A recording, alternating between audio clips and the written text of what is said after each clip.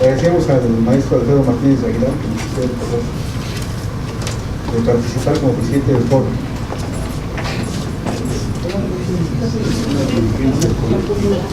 Para brindar para hablar. Ya nos nombran desde Excelente.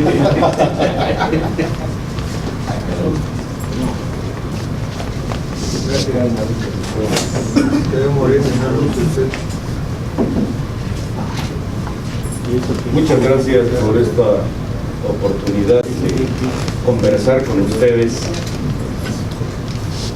pero contestatario y reverente como soy, quiero exhortarlos a que no pequemos de ingenuos, menos de cínicos, por supuesto. Y no debemos pecar de ingenuos porque mientras no se considere al periodismo como sujeto de interés público, poco será lo que podamos avanzar. Si no buscamos esa paridad tan de moda en la relación siempre perversa, patológica, sadomasoquista entre los medios, los periodistas y los diversos órdenes de gobierno, podremos realizar decenas, cientos de estas charlas. El gran reto para la 64ª legislatura local del Congreso del Estado es precisamente hacerse eco de estos llamados. No solo porque es su obligación, no solo porque es su trabajo, sino sobre todo porque en un análisis de costo-beneficio les reditúa gran rentabilidad político-electoral. Les garantiza el pase a la historia. Se ha criticado con mucho a la mafia del poder del PRIAN, se ha criticado mucho que durante muchos años no les interesó mínimamente atender estos asuntos de vital importancia. Hoy, frente a la sociedad, frente a la historia, pero sobre todo frente a sus familias y a su conciencia, tienen el gran reto de enmendar ese camino. Yo le ruego respetuosamente a nuestro amigo, compañero, periodista Francisco J. Sánchez, que sea el amable conducto de hacer llegar estas inquietudes. En términos exigentes, sí, pero al mismo tiempo respetuosos. Antes que periodistas, somos ciudadanos mexicanos, con derechos y con obligaciones. Precisamente por eso nuestro reclamo de legislar en materia de protección y defensa de los periodistas y de sus fuentes de trabajo, de los medios de comunicación. No se buscan privilegios, no se busca inmunidad, no se busca mucho menos impunidad.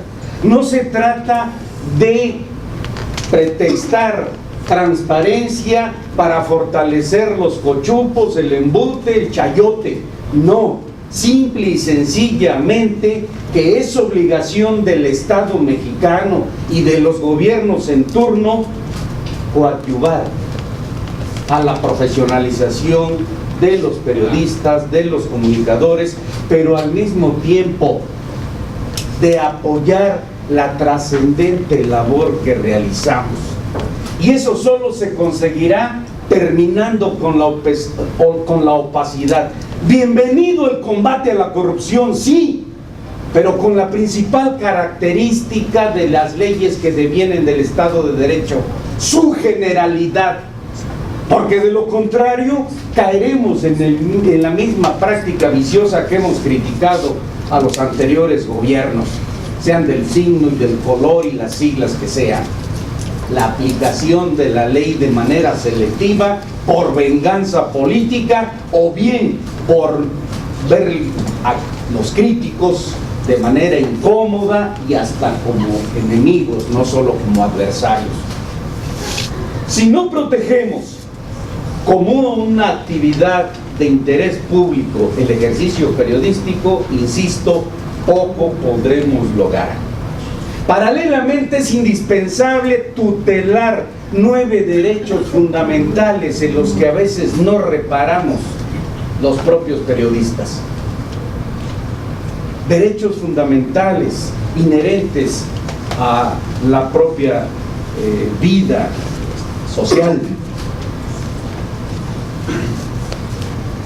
El derecho, la cláusula de conciencia.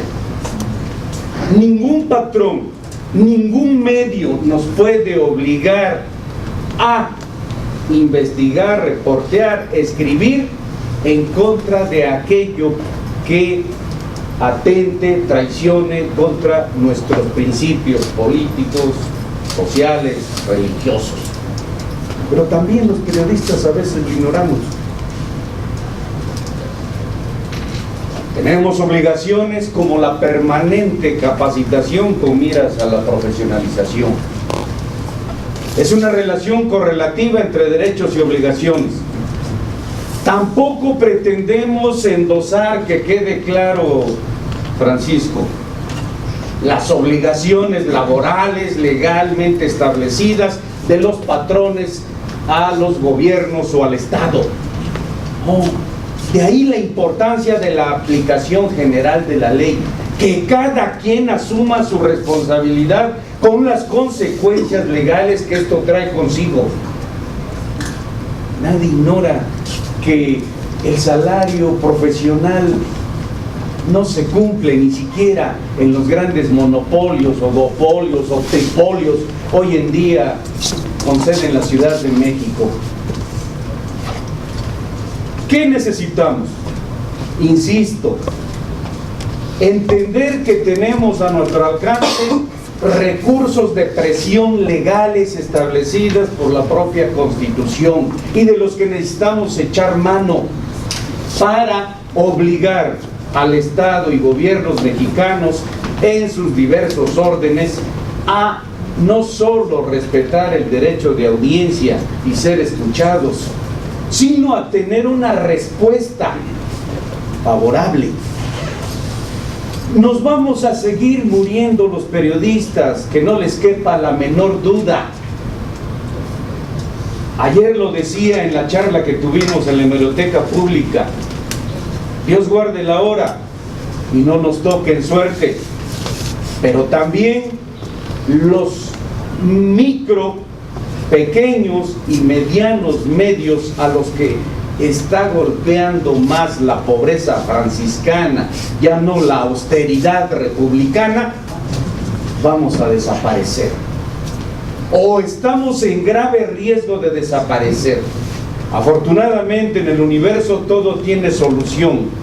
¿Cuál es la piedra de toque, la piedra angular para enfrentar estos embates?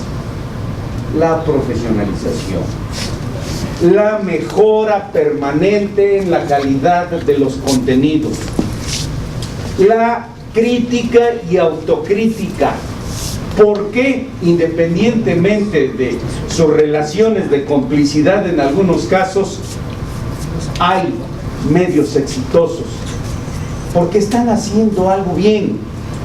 Necesitamos hacerlos objeto de estudio para ver qué están haciendo bien y aprender a hacerlo. Agradecemos la presencia del maestro Rodríguez Luna.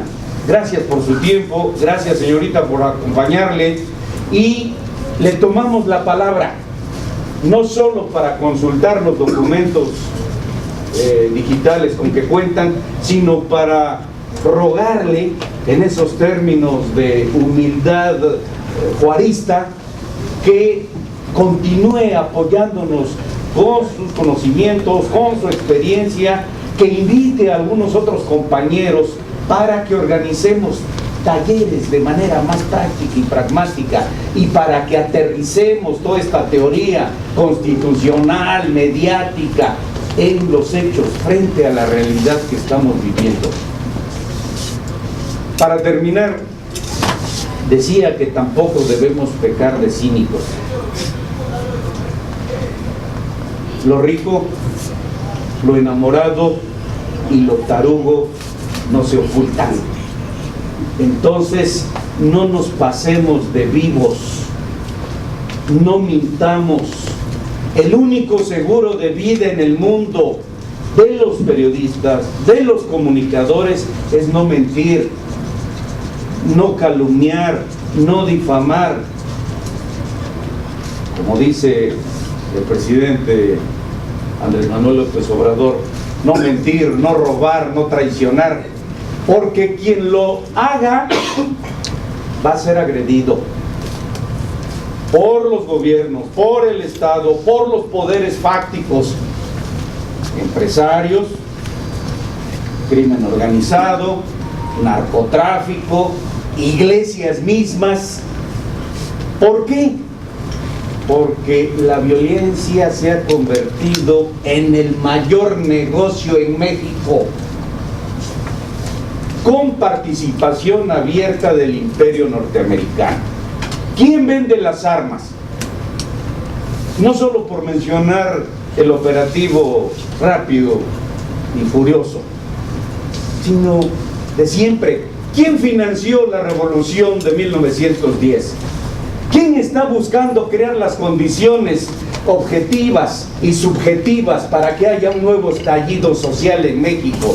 ¿Quién gana y quién pierde? Es fortuito que esté presionando Trump a México, no solo a su gobierno con el pretexto de la migración.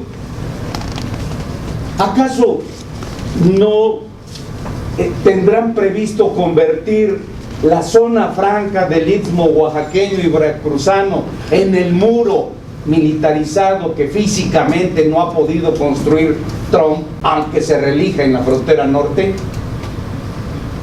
Es indispensable que investiguemos en fuentes internacionales, no solo locales. De lo contrario, no vamos a tener el contexto real de lo que pasa y por qué pasa. Le ruego, maestro Rodríguez Luna, que analizara una propuesta temeraria, audaz, ¿no?, irreverente, respetando los derechos humanos de los periodistas y los comunicadores.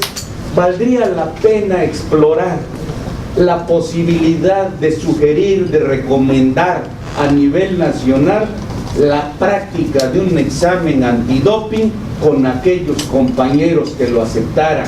¿Por qué? Para efectos prácticos.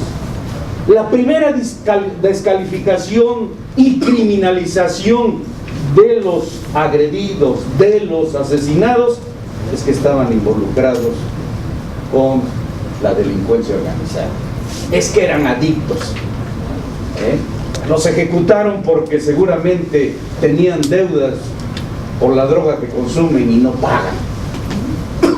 Dejo en la mesa esta propuesta temeraria. Gracias.